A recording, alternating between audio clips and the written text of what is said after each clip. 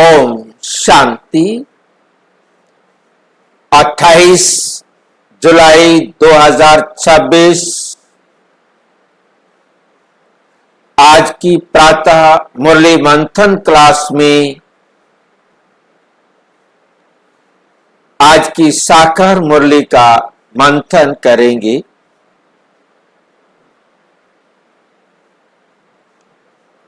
रोजाना 4 बजे हम ये मुरली मंथन करते हैं।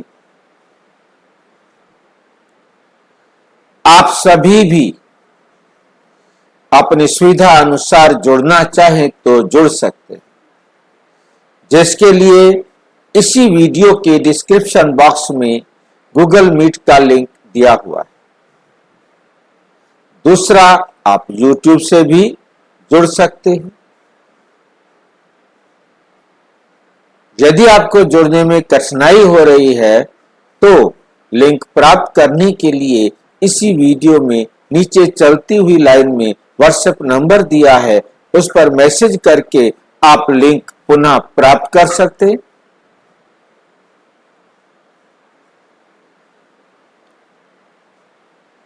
सुझाव दे सकते हैं, कोई प्रश्न हो तो वो भी पूछ सकते हैं। इसके साथ सबसे अच्छा उसी व्हाट्सएप नंबर के बाद वेबसाइट दी हुई है www.brahmakumaris.bk ओम शांति।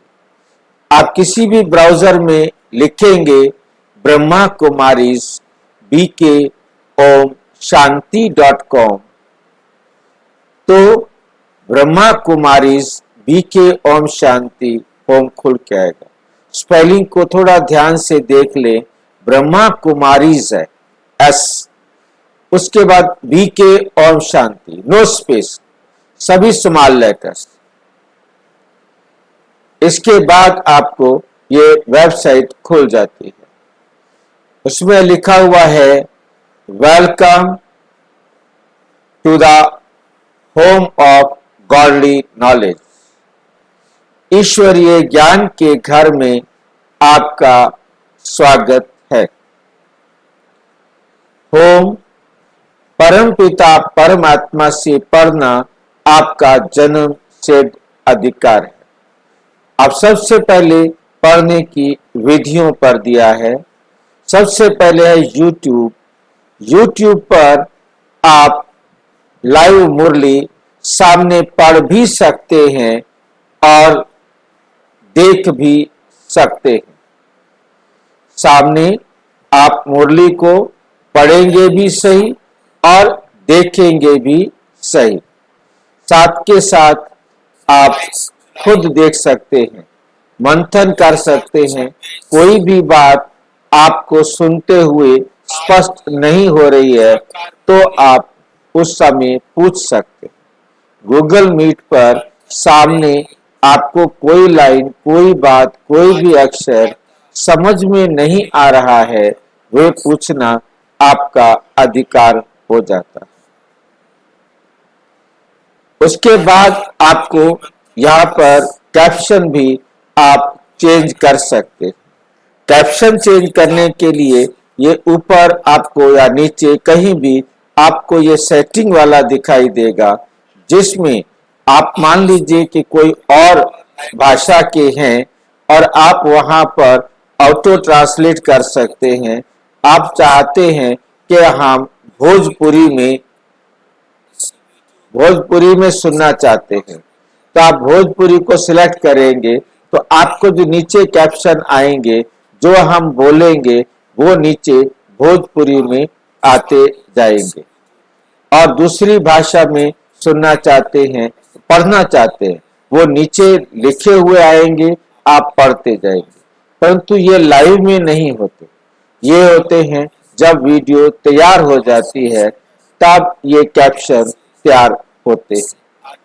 और उसके बाद हमारे पास यहीं पर ही एक लाइव में ये नहीं होगा, परंतु बाद में 24 घंटे के बाद कैप्शन तो जल्दी आ जाते हैं, 1-2 घंटे में आ जाते हैं, परंतु जो साउंड है, वॉल्यूम है, उसमें आप ऑडियो ट्रैक में जाएंगे तो ऑडियो ट्रैक में चेंज करके आप अपनी पसंद की लैंग्वेज में सुन सकते। इसके बाद हमारे पास आता है दूसरा ऑप्शन कि मुरली पढ़ना है। अब मुरली पढ़ने के लिए आप यहां से क्लिक करेंगे और आपके सामने मुरली आ जाएगी। यदि आप किसी और भाषा में हैं, किसी और हिंदी भाषा में आप पढ़ना नहीं जानते हैं, तो आप अपनी पसंद की भाषा में इस मुरली को खोल सकते हैं, जिस भाषा में आप सहज समझ सके। मराठी हो, कन्नड़ हो, नेपाली हो, पंजाबी हो, जो भी हो, या विदेश की किसी तेलुगु हो, तमिल हो, जो भी भाषा में आप सुनना चाहें, पढ़ना चाहें, आप पढ़ सकते हैं। आप उसको आपने उड़िया भाषा में आपने खोल लिया, आप सामने से उड़िया भाषा में पढ़ते जाएंगे और हिंदी में सुनते जाएंगे और आपको समझ में आता जाएगा। फिर भी कुछ बात नहीं समझ में आती तो आप पूछ सकते हैं।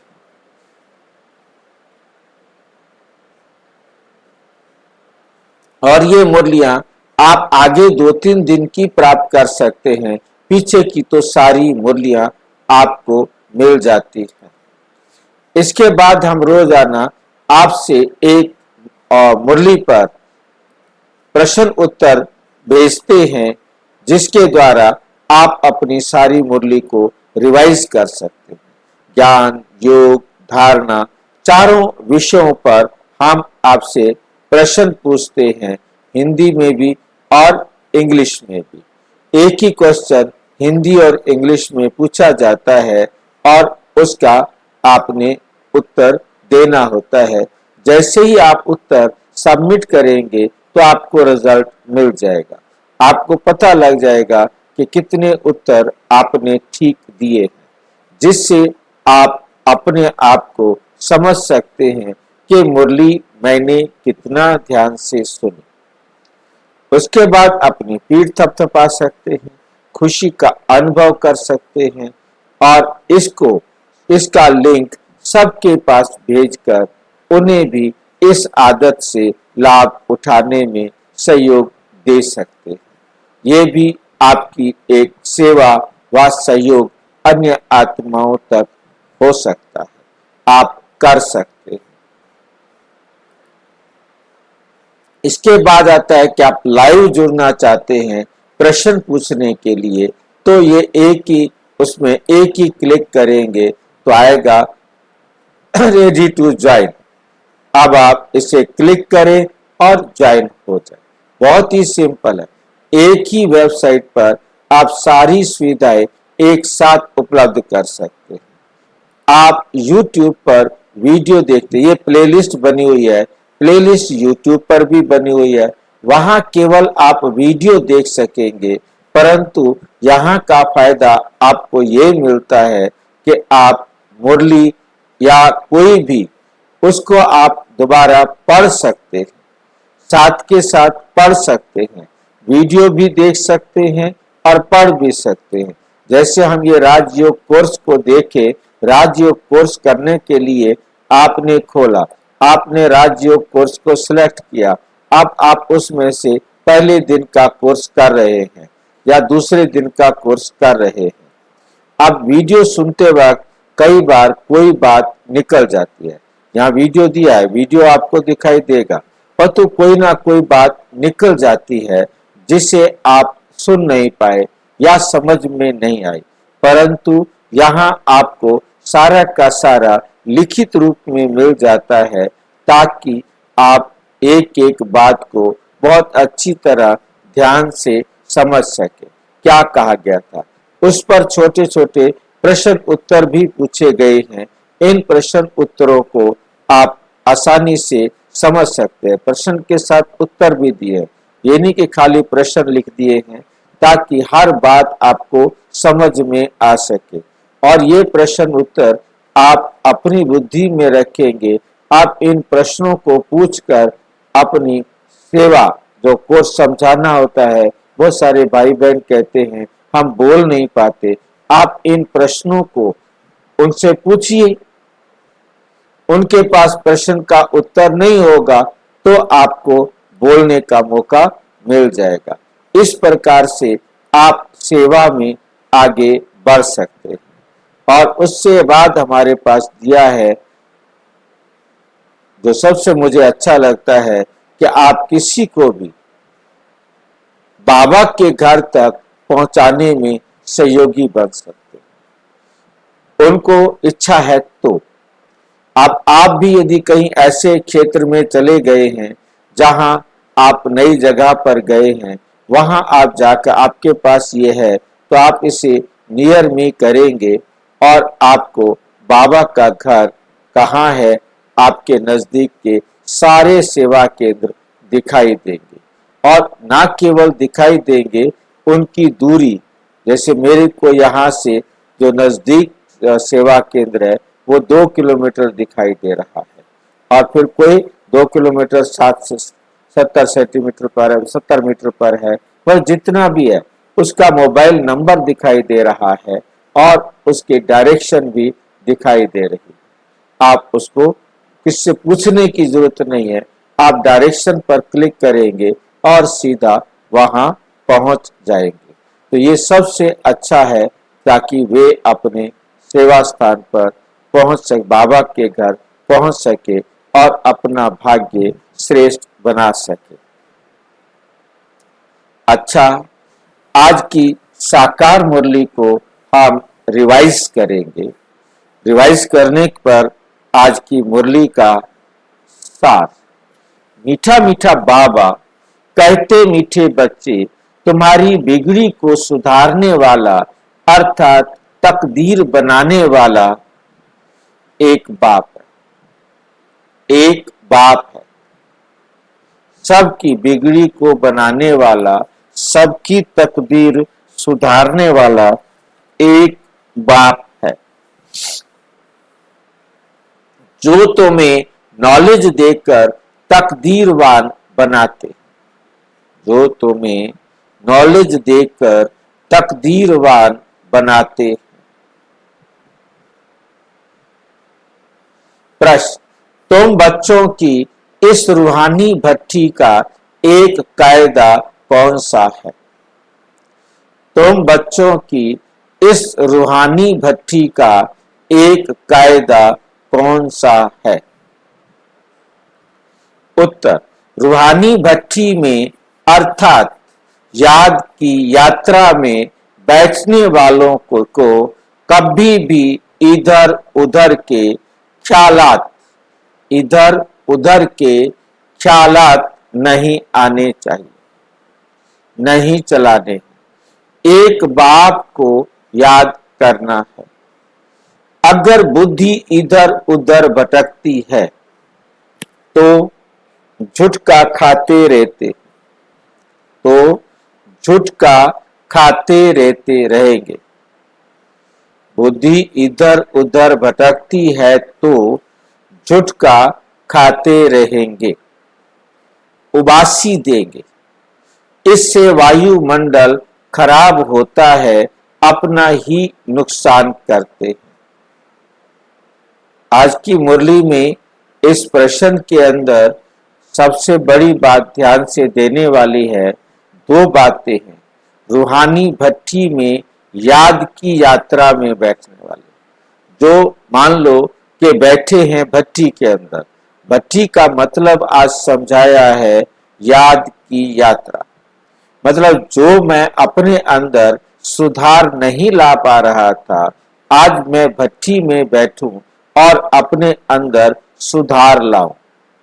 अब वो सुधार तभी लाएंगे जब बैठने वालों को कभी कभी इधर उधर के ख्यालात नहीं चलाने। चाहे आप घर में बैठे हो, भट्टी में आप हमेशा याद रखें।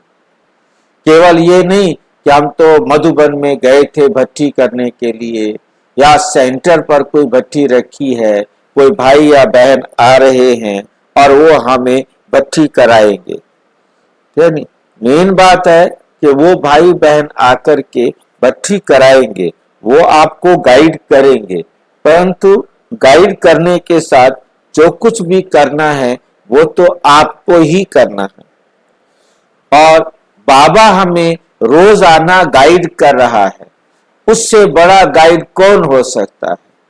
अब बाबा की गाइडेंस लेने के बाद, बाबा से मार्गदर्शन लेने के बाद चलते फिरते उठते बैठते या विशेष अटेंशन देते हुए कि मैंने अपने में सुधार लाना है, वो समय निकालकर मैं विशेष अटेंशन अपने आप को देने के लिए कुछ कुछ भी परिवर्तन तब भी ला सकूंगा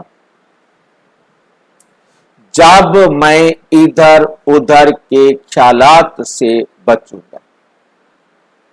यदि मेरी बुद्धि इधर उधर भटकती है, इधर उधर भटकती है, कभी कहीं और, कभी कुछ और, कभी परिवार में, कभी समाज में, तो कभी शरीर में, इधर उधर जहां बुद्धि जाने के लिए बाबा ने मना किया है, वहां बुद्धि का भटकना, उसे कहेंगे इधर उधर। वरना बुद्धि मेरी बाबा की श्रीमत पर होनी चाहिए। बाबा की श्रीमत पर मेरी बुद्धि होगी तो झुटका नहीं आएगा। एक होता है झुटका, एक होता है घुटका। झुटका होता है नींद। नींद कब आती है? बाबा के खजाने हमें मिल रहे और उसके बाद हमें नींद आए। उसका कारण क्या होता है? झुटका और गुटका। एक होता है नींद का झुटका, एक होता है समझ में ना आने वाली बात, उसे कहते हैं गुटका। अब जब कोई बहुत ज्यादा थका हुआ होगा, अब उस समय उसका मस्तिष्क, उसका ब्रेन रेस्ट करना चाहता है, उसे रेस्ट नहीं मिलेगा तो वो बुद्धि को समझना बंद कर देगा, गुटका लग जाएगा, उसे बात समझ में ही नहीं आएगी, जिसके कारण वो सो सकेगा। झुटका आ जाता है जब उसको बुद्धि बाबा की जो सामने मुरली चल रही है वो उसे समझ में नहीं आ रही है, उस समय भी क्या होता है?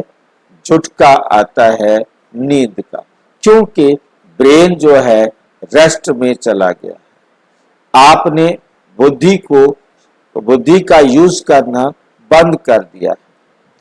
बुद्धि उस समय कहीं और चली गई है। कहाँ गई है बुद्धि?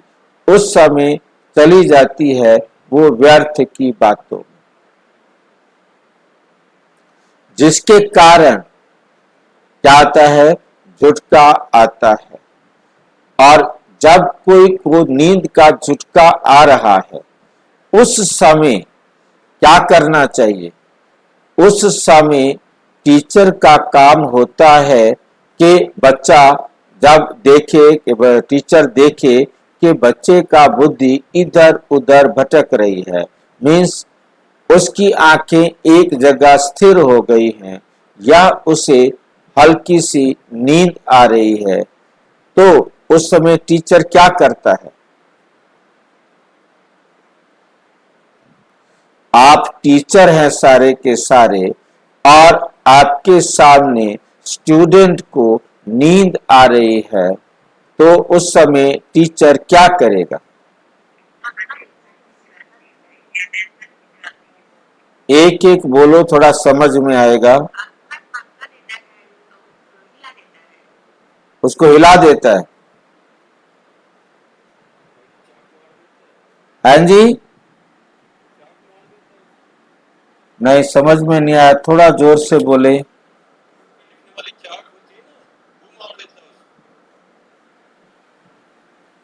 किसी को समझ में आई है बात? मेरे को नहीं आई।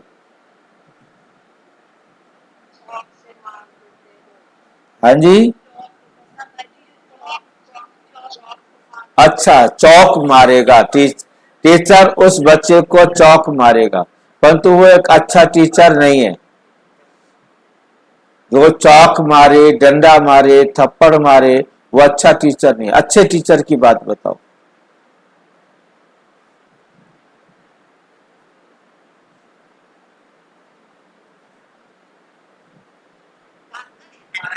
हाँ जी, उसको धक्का मारता है, ये भी अच्छा टीचर नहीं है।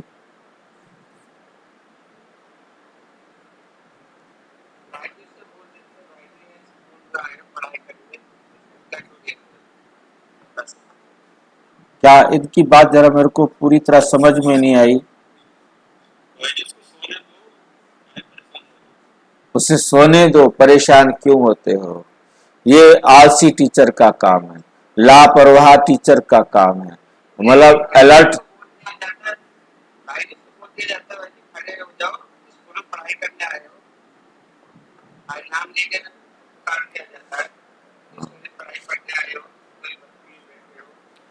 ध्यान दें, आज से आप अच्छे टीचर बने। अच्छे टीचर का काम होता है उसका नाम ले, उसे खड़ा करे, उसे बताए बच्चे हम क्या पढ़ रहे हैं, उससे क्वेश्चन पूछिए।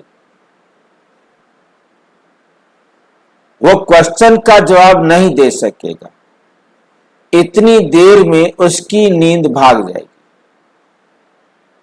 बस, और कुछ नहीं करना, कोई पनिशमेंट नहीं देनी, कोई उसको चाक नहीं मारना, कुछ नहीं करना। बाकी जो भी आपने बताए उनसे वो जाग तो जाएगा, ठीक है कि नहीं, परंतु बेस्ट वे है उसे रियलाइज हो, सेल्फ रियलाइज हो। और जितनी देर में वो अपने जो जो क्योंकि उसको पता नहीं है कि मैं कहाँ था, क्योंकि उसको तो नींद आ रही थी, उसको तो सुनाई दे ही नहीं रहे थे, उसके तो कान बंद हो चुके थे।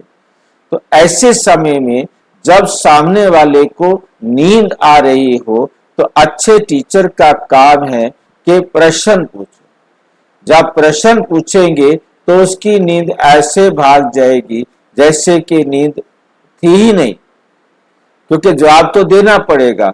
नहीं भी जवाब देगा तो अलर्ट हो जाएगा, उसे समझ में आ जाएगा कि मुझे क्या करना चाहिए। क्योंकि हम सभी यहाँ पर स्टूडेंट हैं, मैं तो आपको देख नहीं सकता, परंतु आप देख सकते हैं। आप कोई भी मुरली का प्रश्न पूछेंगे, सामने वाला अपने आप जाग जाएगा, उसकी नींद ऐसे भाग जाएगी जैसे कि कहीं थी ही नहीं। ये बेस्ट वे है किसी की नींद को भगाने का। अगर बुद्धि इधर उधर भटकती है तो झुटका खाते रहेंगे, उबासी देंगे। उबासी आ रही है तो भी प्रश्न पूछो। उबासी वाले को नींद की तरफ जाना आसान होता है। आपके सामने कोई भी उबासी दे रहा है, उसको को बोलो जरा, ये प्रश्न पर बोलो। अब वो बोलने लगेगा, आपके प्रश्न का जवाब देने लगेगा, उसकी उबासी भी गायब हो जाएगी। ये अच्छे टीचर का काम होता है। और सारे हम टीचर हैं, बाबा ने सबको टीचर बनाया है और हम सारे स्टूडेंट हैं। मंथन करते समय सभी टीचर होते हैं और सभी स्टूडेंट होते हैं, और हर बात को स्पष्ट करना होता है, और स्पष्ट करने में सबका सहयोग जरूरी है।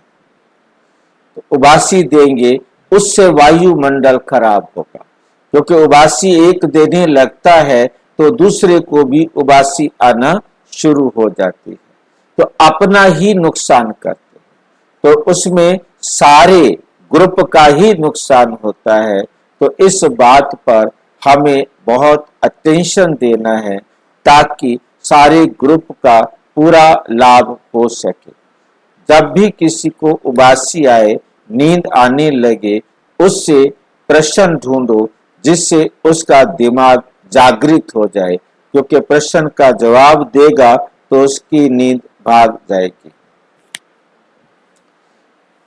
गीत, दिल का सहारा टूट ना जाए, दिल का सहारा टूट ना जाए।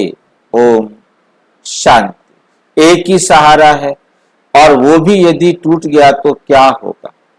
मीठे मीठे रूहानी बच्चों ने गीत के 2 अक्षर सुने। बच्चों को सावधानी मिलती है, इस समय जो भी है सबकी तकदीर बिगड़ी हुई है। इस समय ये कलयुग का अंतिम समय, संगम युग के अंदर जो भी कलयुगी अवस्था में है उन सब की तकदीर बिगड़ी हुई है। जो संगम पर अभी तक नहीं आए हैं उनकी तो सबकी तकदीर बिगड़ी हुई है, सिवाय तुम ब्राह्मणों के। हमारी क्यों नहीं तकदीर बिगड़ी हुई? हमारी तकदीर क्यों बिगड़ी हुई नहीं है? हमारी तकदीर क्यों सुधर रही है? हम संगम पर है। संगम पर वही है जो ब्राह्मण है, जो जिनको बाप मिल गया है, जिनका भाग्य बनाने वाला भाग्य विधाता मिल गया है। बाप को कहा जाता है तकदीर बनाने वाला। जिनको तकदीर बनाने वाला मिल गया है, तुम जानते हो शिव बाबा कितना मीठा है। बाबा अक्षर बड़ा मीठा है। बाप से सब आत्माओं को वर्षा मिलता है। लौकिक बाप से बच्चों को वर्षा मिलता है, बच्ची को नहीं। यहाँ बच्चा व बच्ची सब वर्षे के हकदार हैं। बाप पढ़ाते हैं आत्माओं को, अर्थात अपने बच्चों को। आत्मा समझती है हम सब ब्रदर्स हैं, बरोबर ब्रदरहुड कहा जाता है ना। एक भगवान के बच्चे हैं, फिर इतना लड़ते झगड़ते क्यों? सब आपस में लड़ते ही रहते हैं, सब आपस में लड़ते ही रहते हैं। अनेक धर्म, अनेक मत हैं, और मुख्य बात तो रावण राज्य में लड़ाई ही चलती है, क्योंकि विकारों की प्रवेशता है। काम विकार पर भी कितना लड़ाई झगड़ा होता है।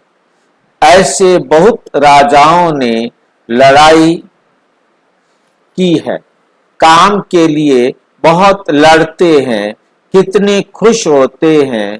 कोई के साथ दिल होती है तो मार भी देते हैं। काम महाशत्रु है, क्रोध वाले को तो क्रोधी ही कहेंगे, लोभ वाले को भी लोभी ही कहेंगे। लेकिन जो कामी है उनके बहुत नाम रखे हुए हैं। इसलिए कहा जाता है अमृत छोड़ विष काहे को खाए। शास्त्रों में अमृत नाम लिख दिया है। दिखाते हैं सागर मंथन किया तो अमृत निकला। अब अमृत कौन निकाल के लाया था?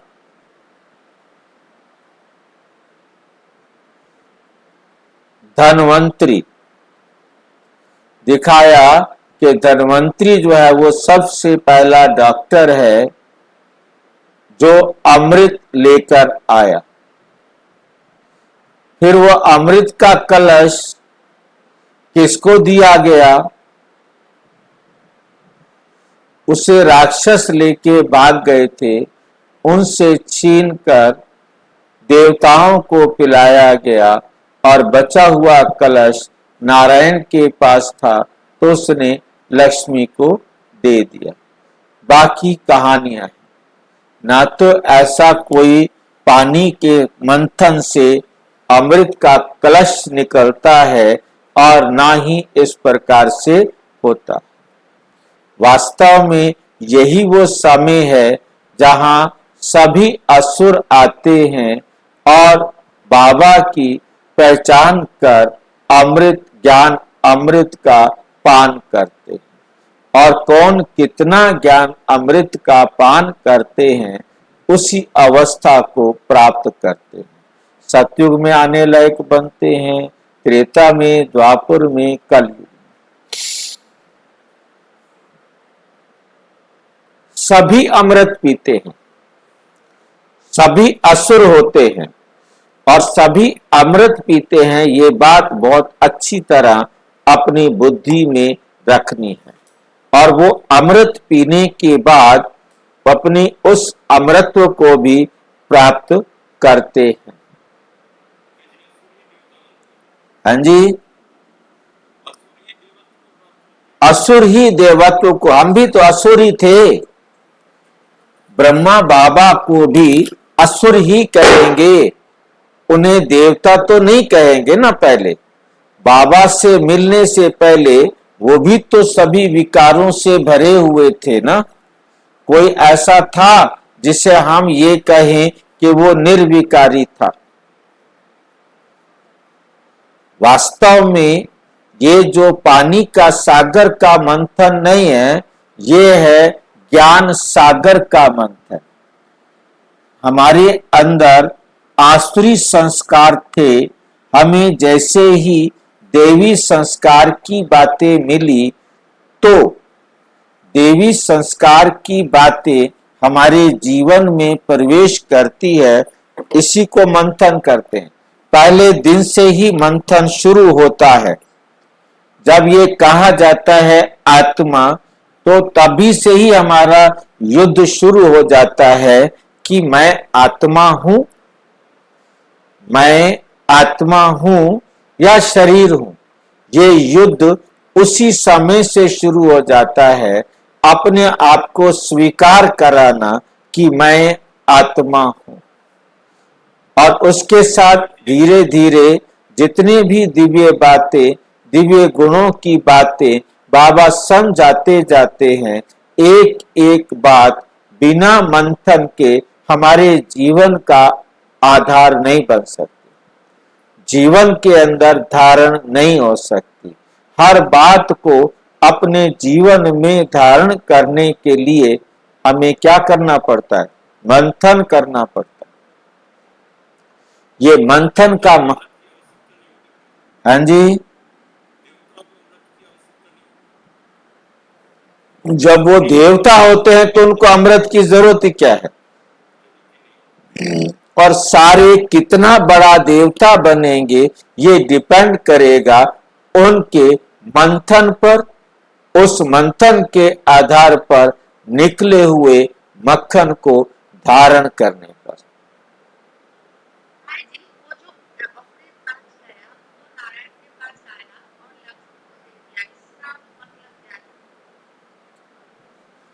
ये मतलब गपोड़े की तरह है कि क्योंकि वो गपोड़ा था, अब बाबा ने कहा है कि कलश लक्ष्मी को दिया, परंतु ये कलश तो लक्ष्मी को नारायण ने नहीं दिया।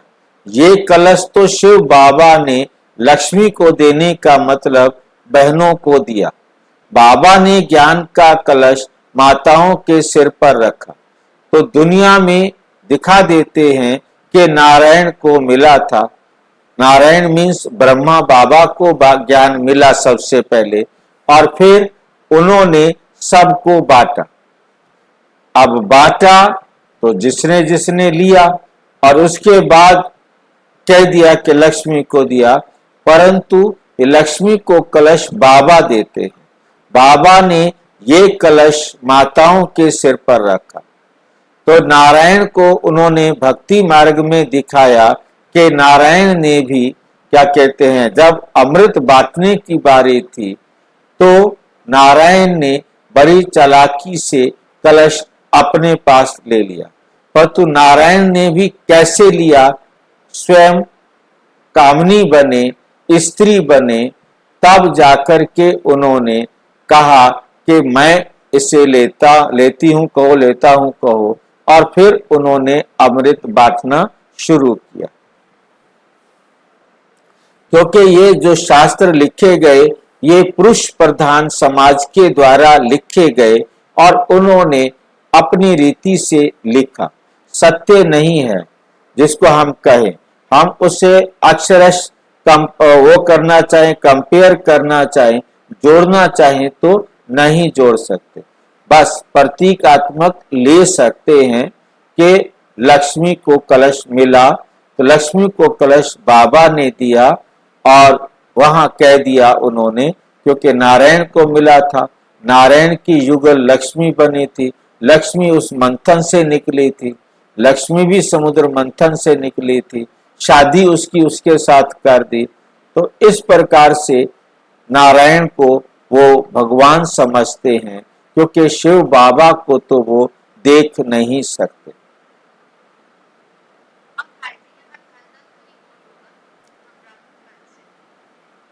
बहन जी, ये भक्ति मार्ग की कहानियां हैं, जितने गपोड़े जोड़ते जाओ।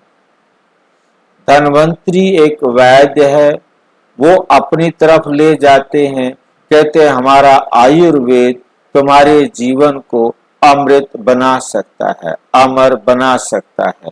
परंतु वो ज्यादा से ज्यादा 100-150 साल तक इस शरीर को चला सकता है। च्यवन प्राश खाकर वो 2500 साल तक जीवित रहा। कैसे जीवित रहा, है नहीं? तो च्यवन प्राश जो है ना, इसी अमृत को के रूप में कहा जाता है। ऐसे धन्वंतरी का ज्ञान है, ऐसे सुश्रुत का, ऐसे ही आज का चाहे वेद है, चाहे आयुर्वेद है, चाहे मेडिकल साइंस है, मतलब वो आपके शरीर को कुछ समय तक सुरक्षित रख सकती है, उसको रखने में सहयोग दे सकती है, परंतु कोई भी अमर नहीं बना सकता। यानी उन्होंने तो लिख दिया कि संजीवनी विद्या में मर जाने पर भी जीवित कर सकते हैं।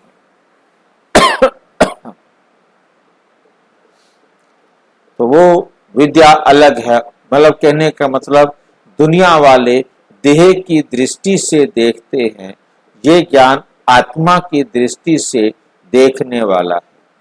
कितनी कहानियां, ये सब कहानियां हैं। इसमें भी बड़ी ते बड़ी बात है सर्वव्यापी कि परमात्मा को उन्होंने सर्वव्यापी कर दिया है। गीता का भगवान कौन और पतित पावन कौन, प्रदर्शनी में मुख्य इन्हीं चित्रों पर समझाया जाता है कि पतित पावन कौन है। ज्ञान का सागर और उनसे निकली हुई ज्ञान गंगाएं, ज्ञान का सागर और उनसे निकली हुई ज्ञान गंगाएं। पतित पावन शिव बाबा है, ज्ञान का सागर है, उनसे ही ये नदियां निकली हुई। हाँ जी,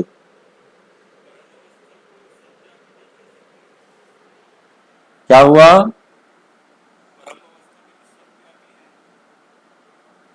परम अवस्था सर्वव्यापी कैसे हो सकती है?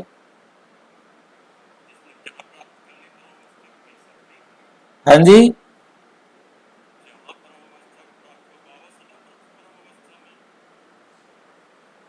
बाबा हमेशा परम अवस्था में है।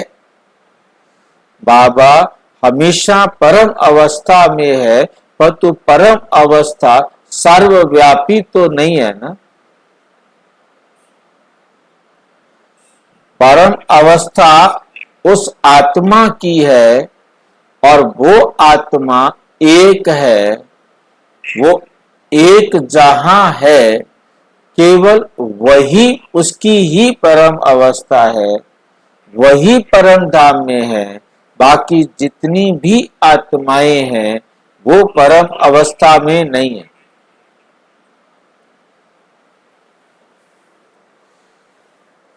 ज्ञान का सागर, पतित पावन और उनसे निकली हुई ज्ञान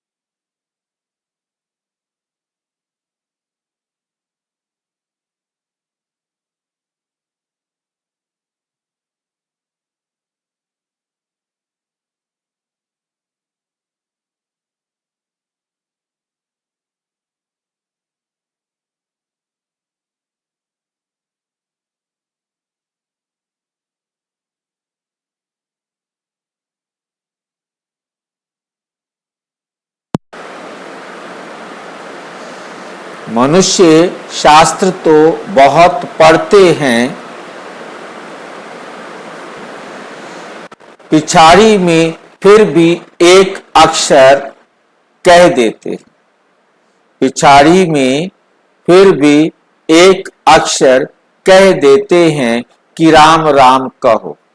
ऐसे नहीं शास्त्र सुनाओ, वेद सुनाओ, पिछाड़ी में कहेंगे राम को याद करो। जो जास्ती समय जिस चिंतन में रहते हैं, अंत में भी वह याद आ जाता है, अंत में वह याद आ जाता है। जानते हो, सब तुमको जानते हैं, सब क्या करते हैं, तुमको जानते हैं। विनाश तो सबका होना है, तुम जानते हो सब किसको कहा जाता है, तुम जानते हो, क्या जानते हो, सब किसको कहा जाता है।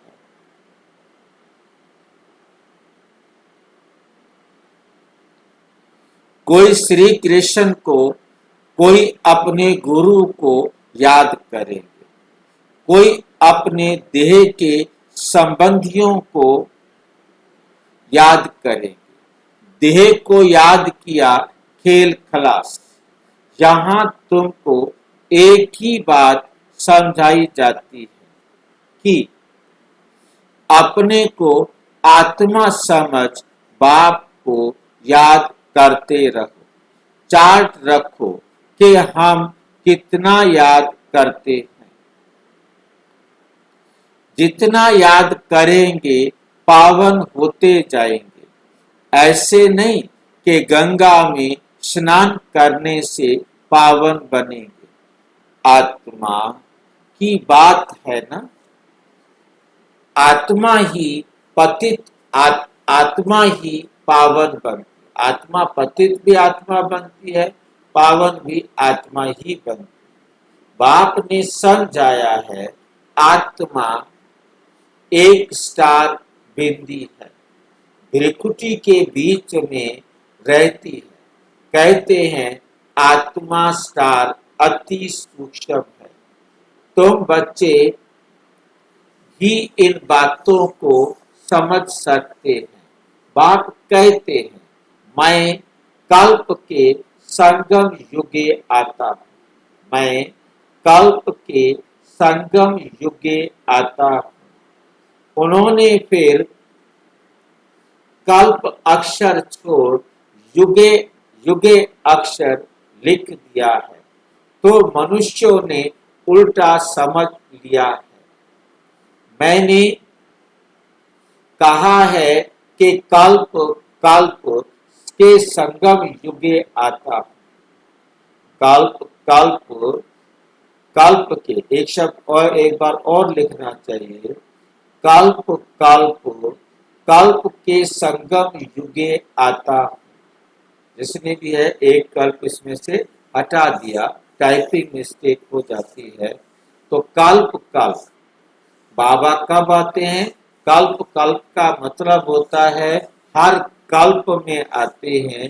कब आते हैं, तो एक कल्प लिखा जाएगा, कल्प के संगम युग। कई जगहों पर कल्प को युग भी कहा गया,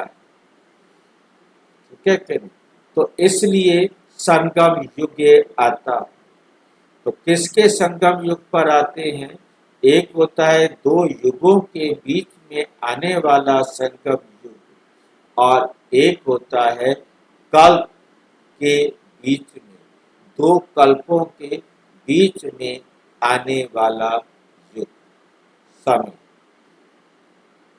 घोर अंधियारा और घोर सोजरे के संगम पर, एक तरफ घोर अंधेरी रात और दूसरी तरफ घोर सोजरा, एक तरफ संपूर्ण अज्ञानता, दूसरी तरफ संपूर्ण ज्ञान। क्योंकि वही आत्माएं सतयुग में आएंगी जो संपूर्ण ज्ञान को धारण करके जाएंगे।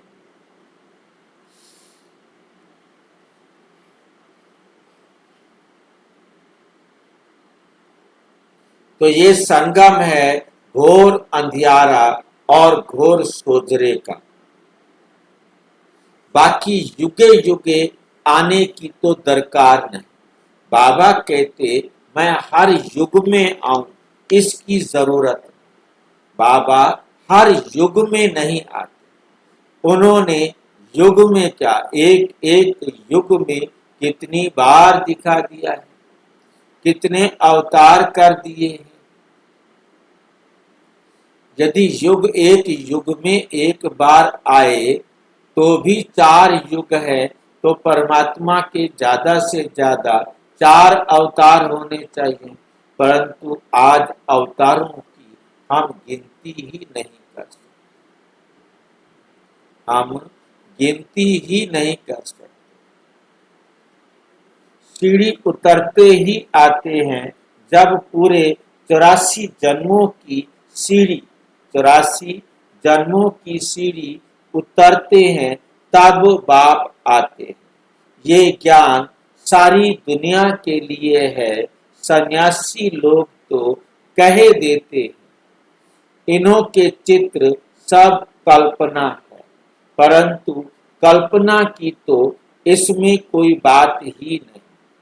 कल्पना की तो इसमें कोई बात ही नहीं। यह सबको समझाया जाता है, नहीं तो मनुष्यों को कैसे पता पड़े। इसलिए ये चित्र बनाए गए हैं। ये प्रदर्शनी देश देशांतर में ढेर होती रहेंगी। बाप कहते हैं बहुत भारतवासी बच्चे हैं तो सब बच्चे ना, अनेक धर्मों का ये झाड़ है। बाप बैठ समझाते हैं ये सब काम चिता पर बैठ जल मरे। सतयुग में जो पहले पहले आते हैं वही फिर पहले पहले द्वापुर से लेकर काम अग्नि में जलाते, इसलिए काले का काले हो गए। अभी सब की सदगति होनी है। तुम निमित्त बनते हो, तुम निमित्त बनते हो। तुम्हारे पिछाड़ी सब की सदगति होनी। बाप कितना सहज रीति समझाते कहते हैं सिर्फ बाप को याद करो। आत्मा ने ही दुर्गति को पाया है। आत्मा पतित बनने से शरीर भी ऐसा मिलता है। आत्मा को पावन बनाने की युक्ति बाप बैठ बिल्कुल सहज बताते हैं, समझाते हैं। त्रिमूर्ति के चित्र में ब्रह्मा का चित्र, त्रिमूर्ति के चित्र में ब्रह्मा का चित्र देख, ब्रह्मा का चित्र देख मनुष्य हाय हाय बचा देते हैं। मनुष्य क्या करते हैं? हाय हाय मचा देते हैं। इनको ब्रह्मा क्यों कहते हैं?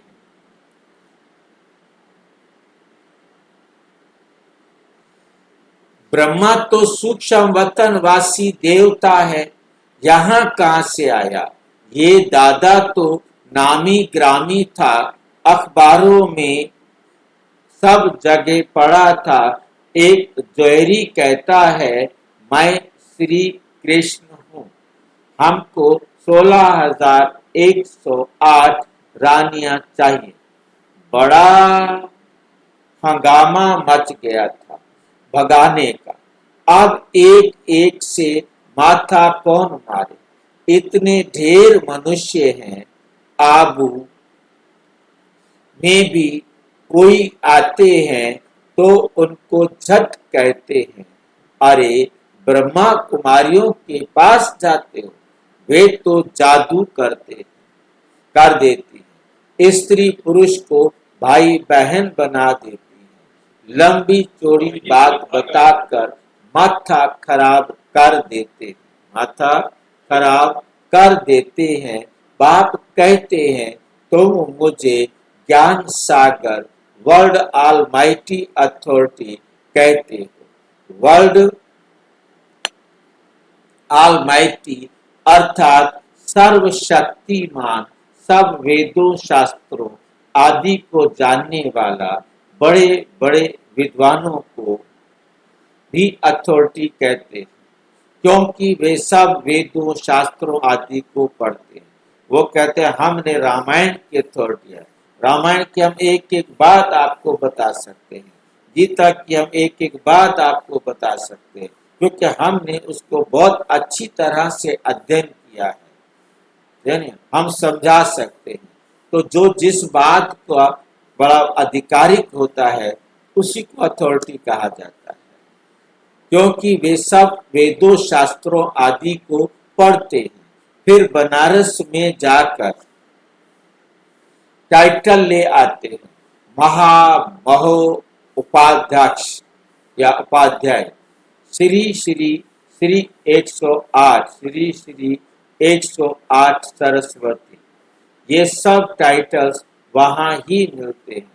दयानंद सरस्वती नाम सुना, उन्होंने भी वहां से ये सरस्वती का टाइटल लिया।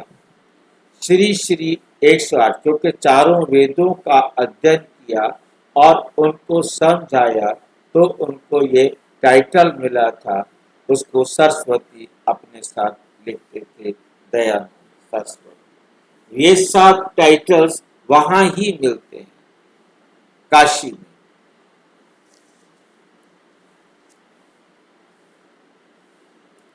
जो बहुत होशियार होते हैं उनको बड़ा टाइटल मिलता है। शास्त्रों में जनक के लिए लिखा हुआ है, उसने कहा कि सच्चा ब्रह्म ज्ञान कोई हमको सुनाए। अब हाँ, ब्रह्म ज्ञान तो है नहीं, अब कहते ब्रह्म ज्ञान तो है नहीं, बातें सारी यहाँ की, दुनिया में किसी के पास कोई ब्रह्म ज्ञान नहीं। ब्रह्म ज्ञान तो सर्वोच्च ज्ञान इस समय परमात्मा ब्रह्मा के द्वारा देते। कहानी बड़ी बना दी, शंकर पार्वती की भी कहानी लिखी हुई है, शंकर पार्वती की भी कहानी लिखी हुई है।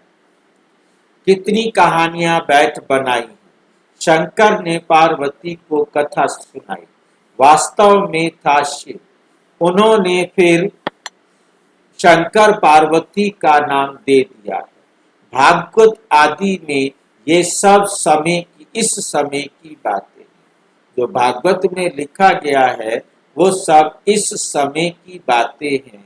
फिर कहानी में बताते हैं, उनको ख्याल आया राजा को ये ज्ञान जाकर दो। बाप भी समझाते हैं राजाओं को जाकर ज्ञान दो। तुम ही सूर्यवंशी थे, फिर चंद्रवंशी, वैश्यवंशी और शूद्रवंशी बने।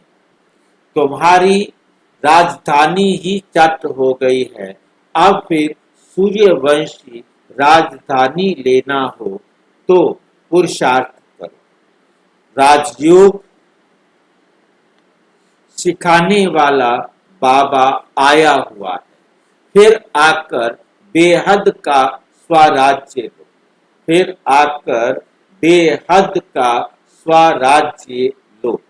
राजाओं के पास भी बहुत चिट्ठियां जाती हैं, फिर उनको मिलती थोड़े ही हैं।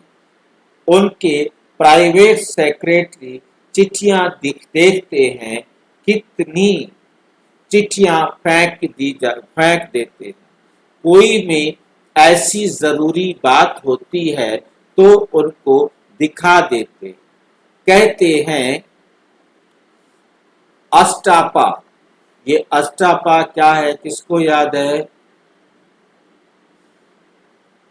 ये लिखने में मिस्टेक है, ये पा की जगह लिखना था अष्टावक्र। अब वक्र लिखने की बजाय लिखा गया अष्टापा। अष्टावक्र किसे कहते हैं? एक बच्चा पैदा हुआ, उसके शरीर में 8 टेढ़पन थे, तो इतना टेढ़ा मेढ़ा था, उसके अंदर 8 टेढ़े मेढ़े थे। तो जनक को सेकंड में जीवन मुक्ति का साक्षात्कार कराया। सेकंड के अंदर उसने जीवन मुक्ति का साक्षात्कार कराया, मतलब साक्षात्कार कराना माना समझाना कि जीवन मुक्ति क्या चीज होती है। अष्टावक्र ने राजा जनक को ये समझाया। तो कैसे था सारा सार? भाई जी, अष्टावक्र मतलब? वक्र माना टेढ़ापन। एक ऐसा बच्चा पैदा हुआ जिसके शरीर में 8 टेढ़े थे, हाथ इधर मुड़ा हुआ है, घुटना इधर मुड़ा हुआ है, इसलिए उसको उसके शरीर में 8 टेढ़ेपन थे, इसलिए उसका नाम अष्टावक्र रखा गया था। अष्टावक्र के जन्म की बात छोटी सी बता देता हूँ, जब क्योंकि है तो कहानियां, सच तो मैं नहीं जानता। कहानी के अनुसार ये है कि अष्टावक्र गर्भ में था। उस समय उसके पिता कुछ श्लोक पढ़ रहे थे, ज्ञान का जो अध्ययन कर रहे थे या चर्चा कर रहे थे, जैसे भी उन्होंने गर्भ में से ही टोक दिया उसको कि तुम ये गलत बोल रहे हो अपने बाप को। मतलब गर्भ में ही उसने अपने बाप को डांटा कि तुम ये गलत करे। कहानी है, परंतु गर्भ में होते हुए कोई बच्चा अपने बाप को डांट दे, ये गले उतरने वाली बात नहीं है। कहानी में कुछ भी कर सकते। तो उस बाप ने उसको श्राप दे दिया, जिसके कारण उसके शरीर में 8 वक्र आ गए।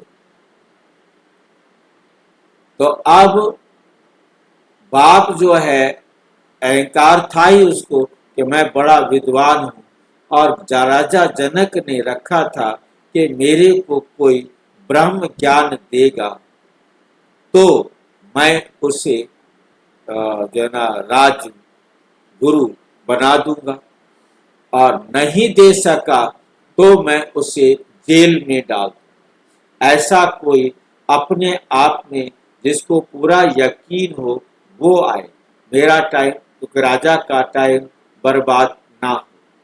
तो इस प्रकार से ये इसके पिताजी भी गए थे समझाने के लिए, परंतु समझा नहीं पाए, तो उनको भी जेल में डाल दिया था। बाकी गुरु जो विद्वान थे उनको भी जेल में डाल दिया था। कोई भी उसको क्या बोलते हैं, ब्रह्म ज्ञान नहीं दे सकते। फिर अष्टावक्र बड़ा हुआ तो ये जाता है, जाकर उसको ज्ञान देता है। तो अब ज्ञान देने की बात शॉर्ट में आपको बता दूं कि कैसे उसने उसे ज्ञान दिया कहानी के अनुसार। अब अष्टावक्र ने कहा कि मैं आपको ब्रह्म ज्ञान दे सकता हूँ, जीवन मुक्ति का राज समझा सकता हूँ। उसने कहा शर्त जानते हो ना? हाँ, मुझे शर्त मंजूर है। आप उसके बाद वो कहता है ठीक है दो। कहता है पहले गुरु धारण करना पड़ेगा। तो गुरु धारण कर लिया। अच्छा जी, गुरु धारण किया मैंने आपको। आप गुरु धारण करने के बाद कहा कि आपको चाहिए या सबको चाहिए? उसने कहा मुझे चाहिए। तुम्हें चाहिए तो फिर इन सबको अलग करो, चलो मेरे साथ आश्रम पर। अब जो है ना चल पड़े। तो आगे उसके ऊपर जो सेना थी वो भी पीछे पीछे आ रही थी, रक्षक अंगरक्षक होते हैं राजा के साथ। तो उसने कहा कि ये क्यों आ रहे हैं? उनको रोक दिया गया, अभी तुम भी जाओ। उसके बाद आगे चले तो कहा कि मैं गुरु हूँ, तुम मेरे शिष्य हो, और शिष्य होकर तुम घोड़े पर बैठे हो और मैं पैदल चल रहा हूँ।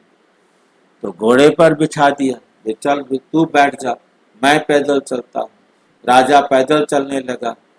अब उसके बाद कहा कि अच्छा, जाकर के रुका और कहा कि अब तुम घोड़े पर चढ़ो। जैसे ही उसने घोड़े का जो पैर रख के चढ़ने वाला होता है वहां पर पैर रखा और पैर को जमीन से उठाया तो कहा कि रुको, तुम कहाँ हो? उसने कहा कि मैं ना जमीन पर हूं और ना घोड़े पर, ना मैं जमीन पर हूं ना मैं घोड़े पर। तो कहा कि यही है जीवन मुक्त। मतलब आप इस संसार में रहते हुए संसार से अलग, संसार में रहते हुए संसार से अलग। तुम घोड़े पर भी नहीं बैठे हो। हाँ जी, बात समझ में आई? ये था हमें भी इस संसार में न्यारा और प्यारा रहना, संसार में रहते हुए संसार से अलग। ये भी अब है। बाबा कहते ये ज्ञान भी अब ही आपके पास होता है। अब बाप के कितना अच्छी तरह बैठ तुमको समझाते हैं। जो समझने वाले नहीं हैं वे यहाँ वहाँ देखते रहेंगे। वो क्या करेंगे? यहाँ वहाँ देखते रहेंगे। बाबा झट समझ जाते हैं। बाबा को पता लग जाता है कि अच्छा टीचर है ना, बेस्ट टीचर है ना, तो वो बच्चे बाबा को पता लग जाता है, टीचर को पता लग जाता है किस बच्चे की आंखें स्थिर हो गई हैं। अब वो कुछ भी नहीं सुन रहा, वरना उसकी आंखें झपकता रहेगा। आंखें जैसे जैसे नई बात सामने आती जाएगी, वो नई बात पुरानी बात के बीच में आंख का झपकना होता। बाबा चारों तरफ देखते भी हैं कि कौन बच्चे ध्यान से बैठकर मुरली को सुन रहे हैं। सभी अच्छी तरह सुनते हैं। इनकी बुद्धि कहाँ भटकती रहती है, उबासी देते रहते हैं। अब जिनको उबासी आ रही है समझ लो कि अब उसको, हालांकि नियम ये होता है मेडिकल साइंस के हिसाब से कि ब्रेन में ऑक्सीजन की कमी, ब्रेन में ऑक्सीजन की कमी, ब्रेन में ऑक्सीजन जाना कम हो जाता है, ब्लड सर्कुलेशन स्लो हो जाता है। जब ब्रेन में ब्लड सर्कुलेशन स्लो हो जाता है तो समझ लो कि हार्ट अटैक आने वाला।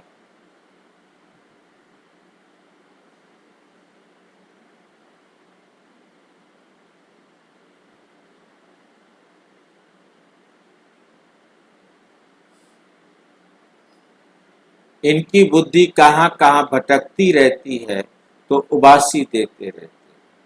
ज्ञान बुद्धि में नहीं बैठेगा तो झुटके खाते रहेंगे, नुकसान हो जाता है। कराची में इन बच्चों की भट्टी थी, कोई झुटका खाता था तो फिर झट बाहर निकाला जाता था कि तुम जरा बाहर जाकर खड़े।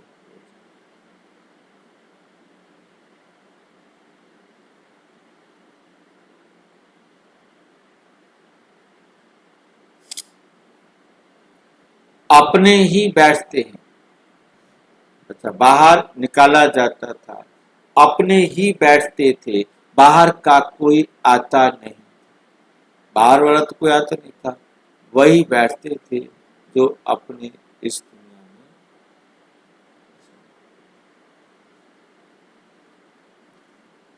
अपने ही बैठते थे, बाहर का कोई आता नहीं था। शुरू में इन्हों का ये बड़ा पाठ चला, लंबी हिस्ट्री है। शुरू में तो बच्चियां बहुत ध्यान में जाती थी, बच्चियां बहुत ध्यान में जाती थी।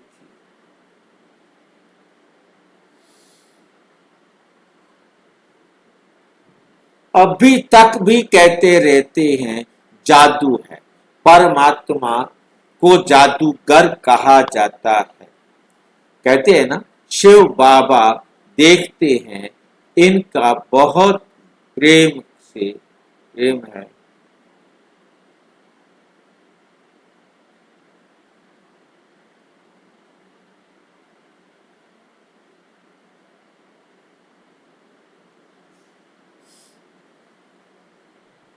इनका बहुत प्रेम है, तो देखने से ही झट ध्यान में चले जाते। वैकुंठ तो भारतवासियों को बहुत प्यारा है। कोई मरता है तो भी कहते हैं वैकुंठवासी हुआ, स्वर्गवासी हुआ। अभी ये तो है ही नर्क, सब नर्कवासी हैं। जो भी आत्मा शरीर छोड़ती है,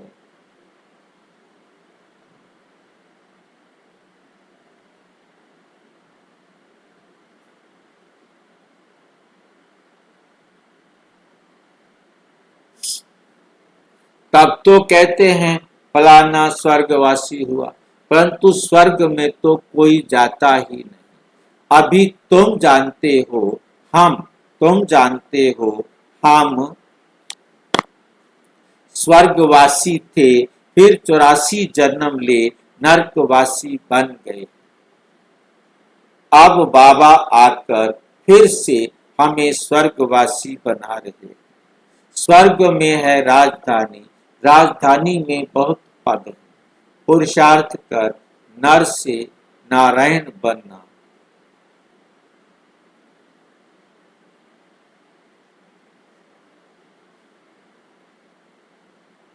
तुम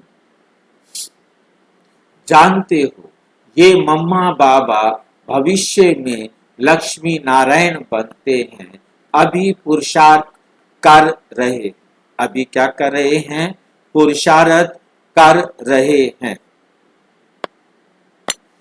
इसलिए कहा जाता है पालो फादर मदर। जैसे जैसे ये पुरुषार्थ करते हैं, तुम भी करो। ये भी याद में रहते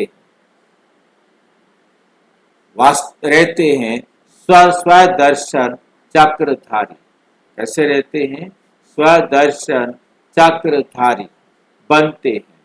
तुम बाप को याद करो, ये वर्षे को याद करो, त्रिकालदर्शी बनो।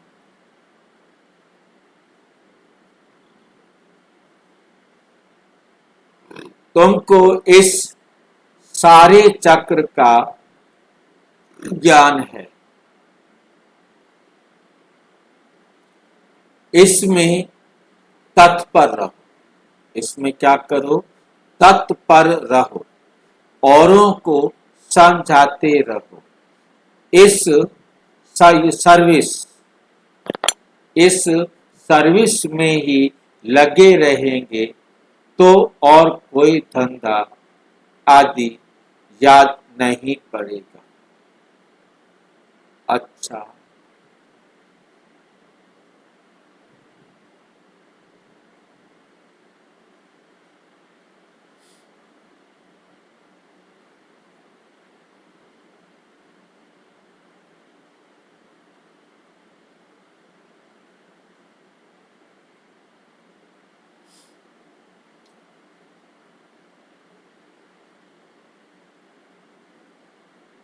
तो कोई धंधा आदि याद नहीं पड़ेगा। किसको याद नहीं पड़ेगा?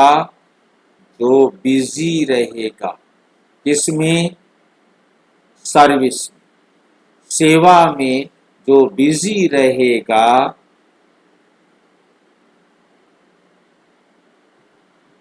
तो और कोई धंधा आदि याद नहीं पड़ेगा। अच्छा, मीठे मीठे सिक्की लदे बच्चों प्रति माता पिता बाप दादा का याद प्यार और गुड मॉर्निंग। रूहानी बाप की रूहानी बच्चों को नमस्ते। हम रूहानी बच्चों की रूहानी बाप दादा को नमस्ते नमस्ते नमस्ते। धारणा के लिए मुख्य सार, सतयुग में उच्च पद पाने के लिए माता पिता को पूरा पूरा फॉलो करना है, उनके समान पुरुषार्थ करना है, सेवा में तत्पर रहना है, एकाग्र हो पढ़ाई करनी है, याद का सच्चा सच्चा चार्ट रखना है, अपने को आत्मा समझ बाप को याद करना है, देहधारियों को याद नहीं करना।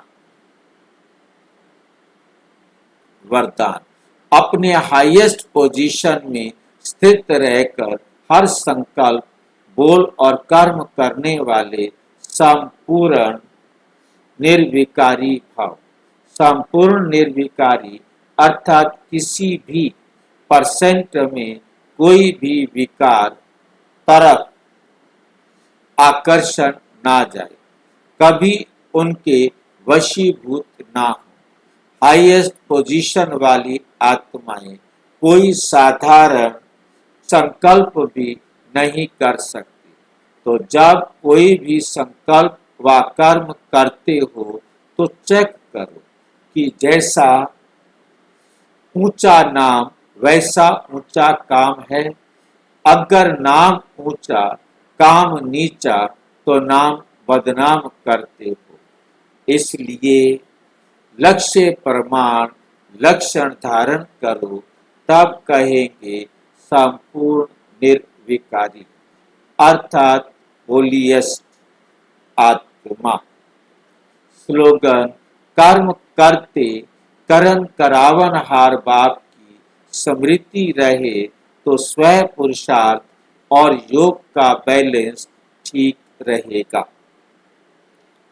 ये अव्यक्त इशारे ज्वाला स्वरूप स्थिति में रहे शक्तिशाली याद का अनुभव करो। इस कलयुगी तमो प्रधान जड़ जड़ीभूत वृक्ष की दुर्दशा देखते हुए ब्रह्मा बाप को संकल्प आता है